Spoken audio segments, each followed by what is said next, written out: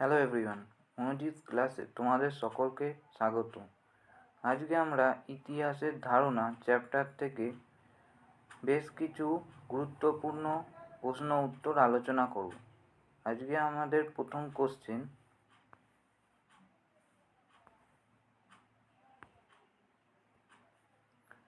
খ্রিস্টাব্দ কাকে বলে?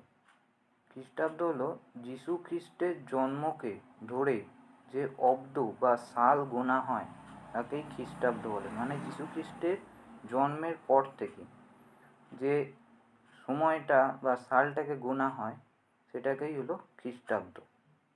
পরের প্রশ্ন, খ্রিস্টপূর্বাব্দ কাকে বলে?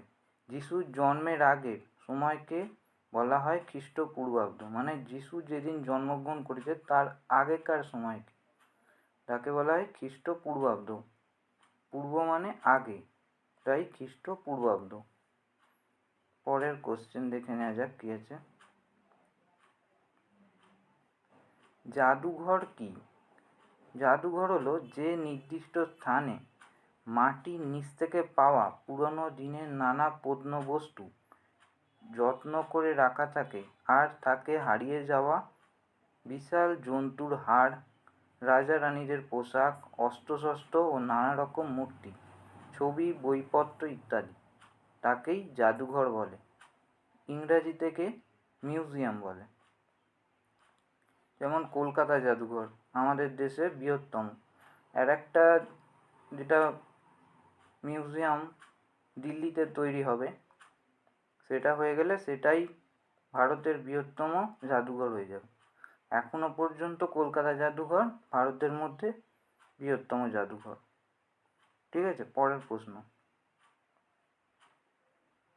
শিলালেখ কাকে বলে?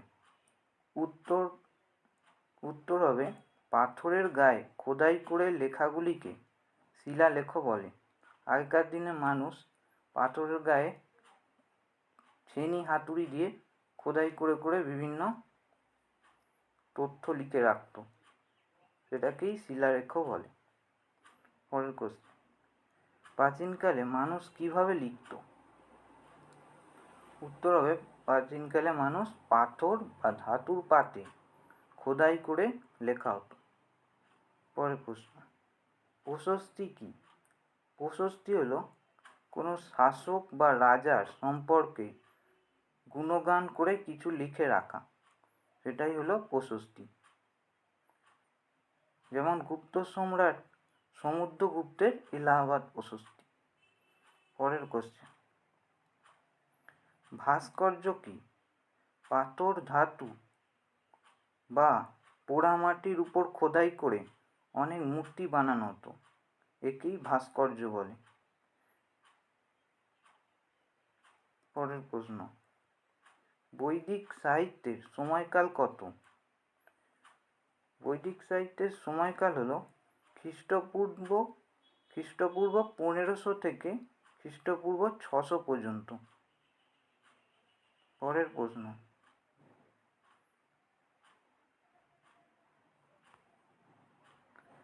বেদ কয় প্রকার ও কি কি? বেদ হচ্ছে 4 প্রকার: ঋগ্বেদ, সামবেদ, যজুর্বেদ ও অথর্ববেদ। সবচেয়ে প্রাচীন বেদ হলো ঋগ্বেদ। ঠিক আছে, থ্যাংক ইউ। আজকের ক্লাস এইটুকুই। আর তোমাদের কেমন ক্লাসটা লাগলো কমেন্ট বক্সে লিখে জানিও।